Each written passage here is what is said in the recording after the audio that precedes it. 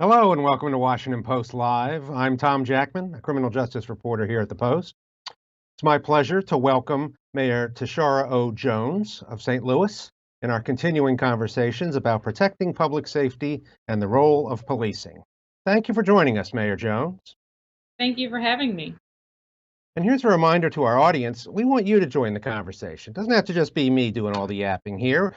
Please treat your questions and comments to the handle. If I said treat, I meant tweet your questions to @PostLive, @PostLive. All right.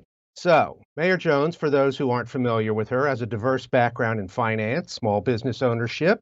She has a master's in public health. She served in the Missouri legislature, and she was the St. Louis treasurer for 8 years. And then she was elected mayor last April, determined to improve public safety for her city. So, homicides in St. Louis dropped from 263 in 2020 to 196 last year. That's about a 26% drop after hitting its record high. What happened, Mayor? Well, thank you for having me. It's an honor to be here.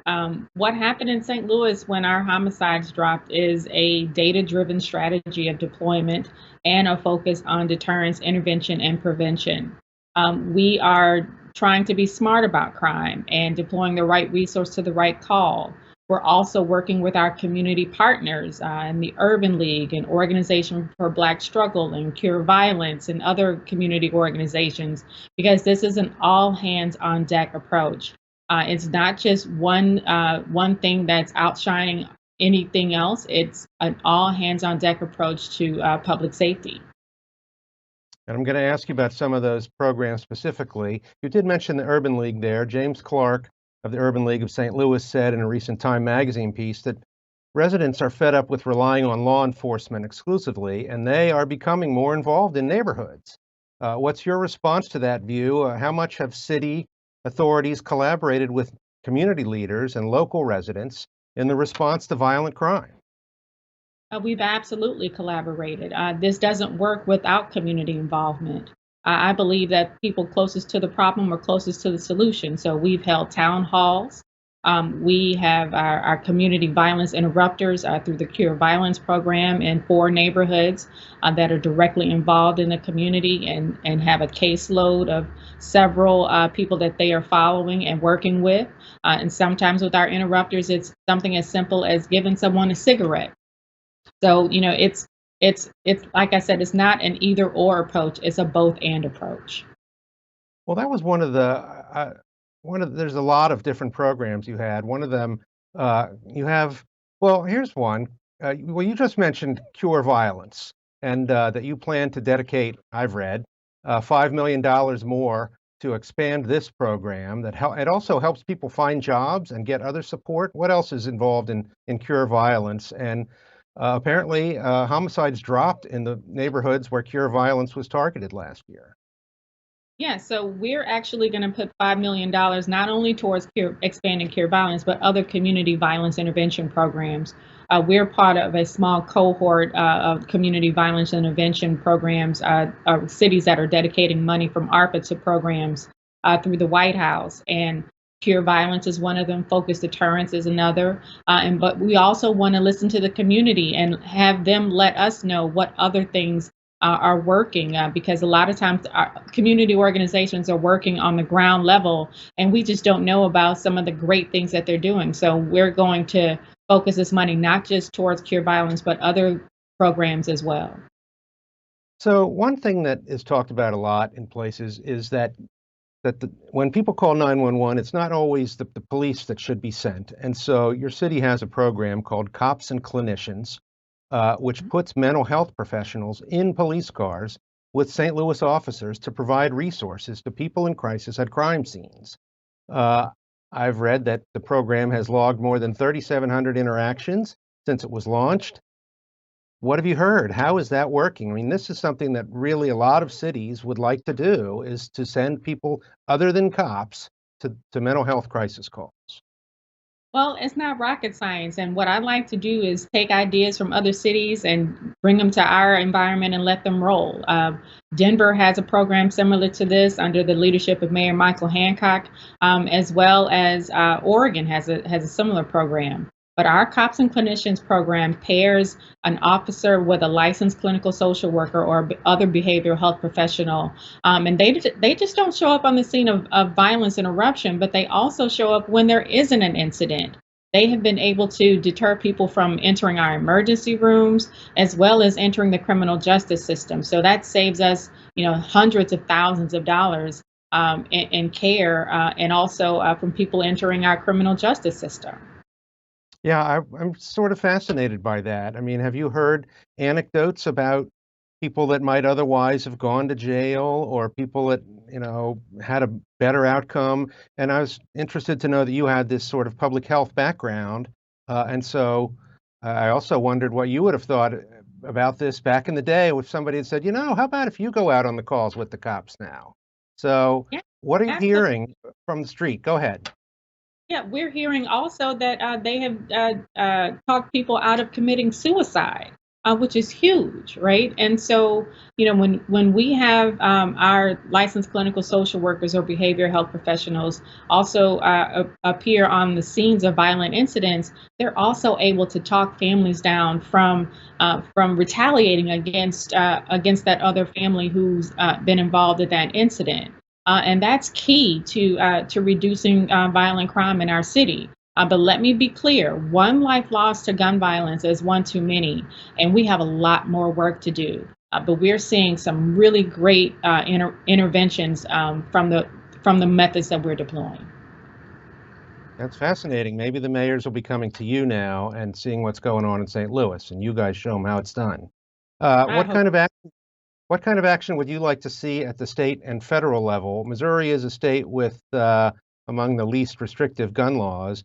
I noticed that there were a lot of justifiable homicides in your city last year in which people shot and killed somebody. I think the number was 26, and it was ruled justifiable. And so I don't know, it could have just been a bad year for that. But what do you need to see from the states and the state and the feds in terms of further help for St. Louis? So the Missouri legislature has a love affair with the Second Amendment, so much so that they have relaxed our gun laws to the point where the NRA doesn't even want to play here anymore. They say our job is done and we're gone. And what I would love to see from the Missouri legislature is the ability for mayors like myself to pass common sense gun safety laws on the local level. They've passed preemption bills that prohibit us from doing so, and we have more guns on our city than I'd like to count. And it ties our hands. It also makes that our law enforcement officers are not safe as well if there are more guns out there. Then they also passed the Second Amendment Preservation Act, which ties the hands of our law enforcement. It ties the hands of other local law enforcement from working with our federal partners. And if I had my way, I would love to see some federal gun control on the federal level. And I'm not talking about taking away anybody's gun, but still, we have to make sure that we're doing this in a safe manner because we're still losing too many people to gun violence. I want to go to an audience question. We have Stephen Band from Illinois who asked, I live in Chicago. What lessons can or should our city take from St. Louis? Yeah, so I was watching Mayor Lori Lightfoot just on TV just yesterday, and she said something that was really amazing. She said that we cannot arrest our way out of these problems. We have to invest our way out of these problems. And a lot of crime happens in neighborhoods that haven't seen investment for decades. So how do we turn our policies to investing in people, to making sure they have thriving wage jobs, and that their neighborhoods are safe, and that and built environment is safe for our children, with jobs that are located in their neighborhoods, so their parents don't have to travel 2 to 3 hours just to work. So there are a lot of investment decisions that we can make, intentional investment decisions that we can make that can change the environment and neighborhoods for the people that we represent. Uh, Police officers have also been victims of gun violence. You had two officers shot just recently, and they feel under stress that they're targeted now. They're the bad guys. How has that affected the St. Louis Police Department, and what can you do about it? Well, first, I want to offer my prayers to the officers who were recently shot. And we also had two officers in an incident, in a car accident just days before. And this has been a rough month for our first responders in St. Louis.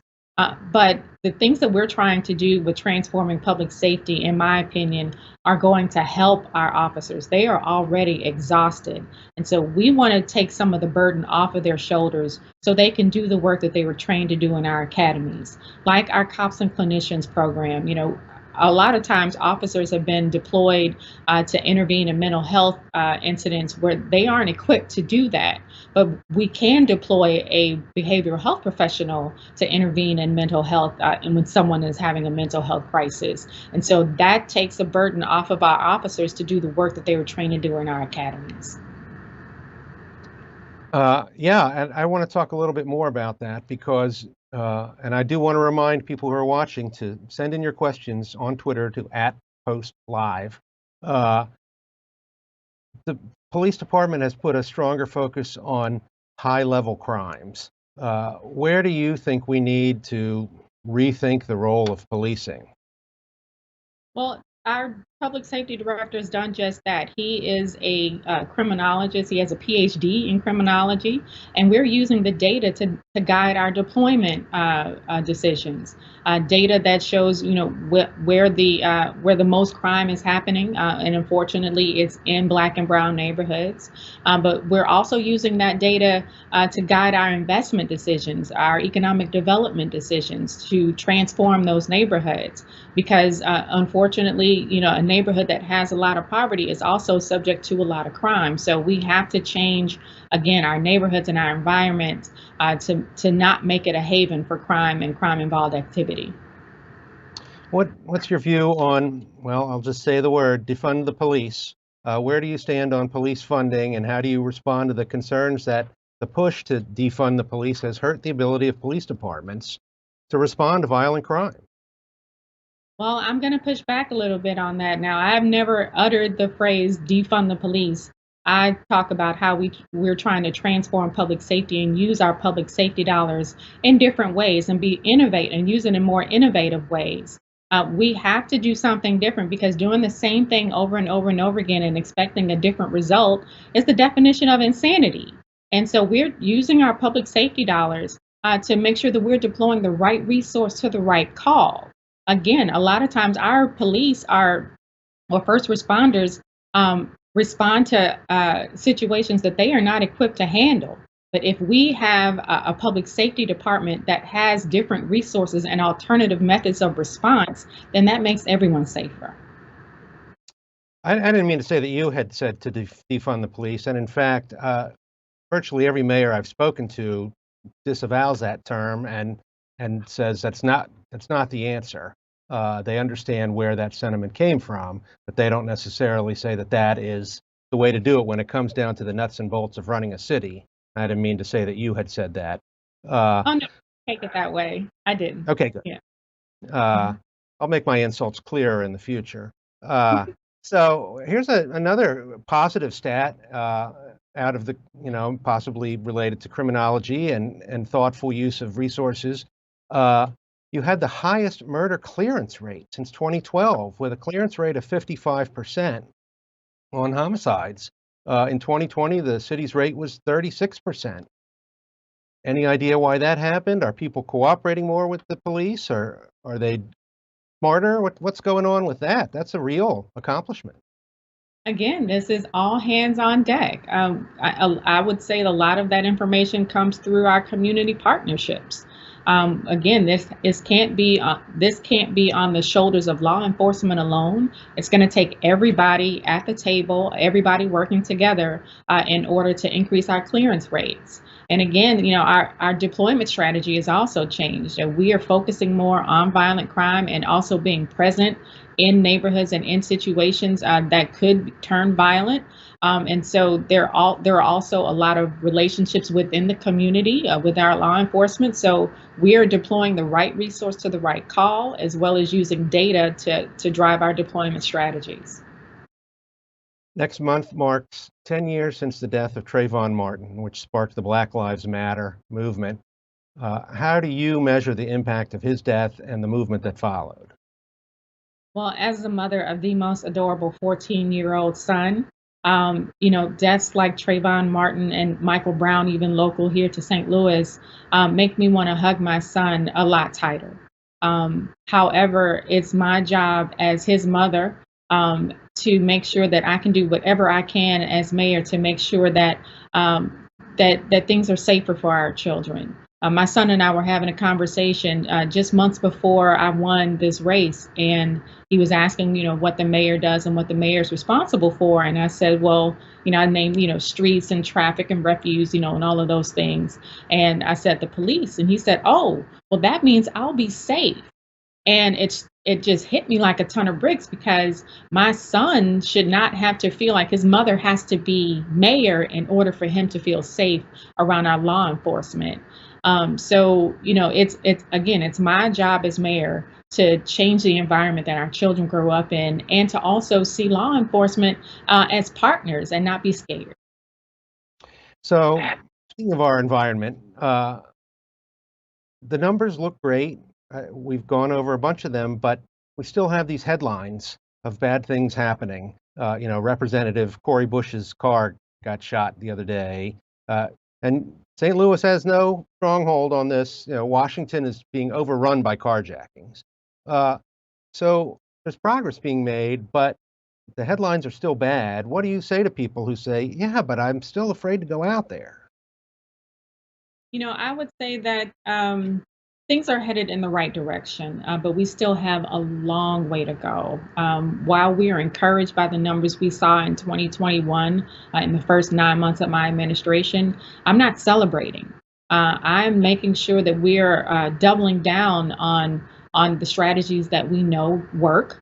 And making sure that we provide a community where everyone feels safe in their neighborhoods.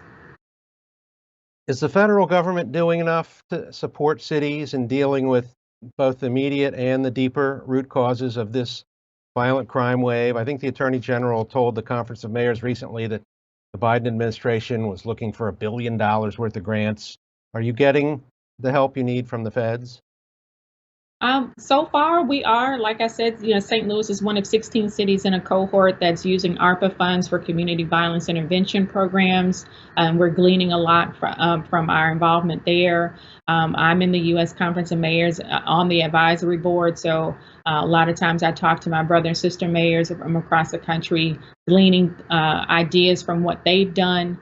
And I think one of the most important things that we have to remember is a lot of the people who are committing crimes, or it's about our young people. And so, how are we developing ways to really put our arms around our young people and show them a different way, and trying to cure poverty? Because if we don't cure poverty, we're still treating this at the symptoms. And we have to treat the underlying disease just like we are with COVID, right? We're looking at the root causes of COVID and trying to mitigate those circumstances. We have to do the same thing when it comes to gun violence in our communities. Got another question from the tweeter. A resident, I don't know if they're a resident, but sounds like it. How does the mayor address juveniles committing serious crimes in St. Louis? Actually, it's a DC resident. For example, in DC, a majority of carjackings in 2021 were committed by juveniles. So it's sort of a separate kind of population, crime committing population. Yeah, well, again, we have to put our arms around our young people and provide opportunities for them to have fun and safe and productive activities. In St. Louis, for example, just last summer we had an increase in crime downtown that was committed by a lot of young people. So what did we do? We got together with our civic and corporate partners, and faith partners, and we started having activities downtown for our young people. We had a cipher or a rap battle. We had esports and arts, and so we have to continue to have productive and safe activities for our young people to get involved in, because an idle mind is a devil's workshop, and so an idle downtown or an idle neighborhood is a troublemaker's paradise. Well said. All right, here's another question from Donna Cobb. Are you doing anything around reentry to reduce crime given recidivism rates among returning citizens? Yes, absolutely. So in St. Louis, we ban the box, and we more oftentimes than not we take a look at our returning citizens as potential employees.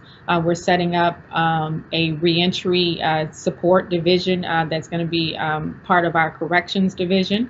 And and I'm a daughter of an ex-felon, so I believe that people deserve a second chance. And so, I've done whatever I can as treasurer and will continue to do that as mayor to offer second chances to our returning citizens. I got a COVID question for you. Uh, how concerned are you about the strain on the healthcare system from the pandemic on your city's healthcare system and hospitals? I'm very concerned. In St. Louis, we're the only city. I think we're the one of the only cities left in the state that still has a mask mandate. We haven't lifted our we ha- reinstated our mask mandate back in July and haven't lifted it since, despite attempts from our attorney general to sue us to try to invalidate our mask mandate. We have a wonderful health director who has been laser focused on getting more shots in arms and getting more people vaccinated from 5 years and up. We have vaccine clinics in schools and churches, in community centers. And we're also taking the time to have those one-on-one conversations with people who are still vaccine hesitant. Vaccine hesitation is a real thing, and we have to be patient with our neighbors to try to convince them that this is the best way to stave off or mitigate the bad effects of COVID. Here's a question from someone which I'm interested in. I hate to bring up the subject of the Rams. Uh, they be going to the Super Bowl and all, but there was just a massive settlement for the city, your city, because they left, because the St. Louis Rams went away. $790 million, I want to say. And Nick Palazzolo asks, what's going to happen with that money? So we're still in negotiations with St. Louis County and the Regional Sports Authority to divide the remaining pot after the lawyers got their 35% off the top because it was a contingency case. And so we're looking to, once we reach a settlement amount, we'll be looking to spend this money directly in the community in ways that are going to be sustainable for years to come. You I'm sorry, I got lost in all my questions here. Uh, do you see a light at the end of the tunnel on the?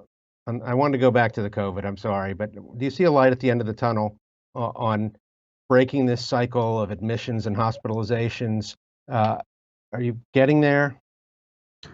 I hope so. The one thing that I have learned over these last couple of years is that COVID is very unpredictable. Just when we thought that we were in a good space last summer, then here came the variant, and then the Delta variant went down, Yeah. and then here the Omicron variant. I can only hope that, if people are watching and they are not vaccinated, that they consider getting vaccinated. And if they're still hesitant, to talk to a provider or healthcare professional that they trust. This is the best way for us to get out of this pandemic. Well, that was fascinating. I really enjoyed speaking with you and you putting up with all my wisecracks. So, uh, and I think we heard a lot about how a city is dealing with a lot of different things at the same time. So, thank you, Mayor Jones, for speaking with me today. It was wonderful. Thank you. It's such an honor. Thank you so much. And thank you for joining us. You can always head to WashingtonPostLive.com to register and find more information about upcoming programs. And remember, we always want to hear from you, our audience, and you can share your thoughts and questions for our guests by tweeting @PostLive. I'm Tom Jackman. Thanks for watching Washington Post Live.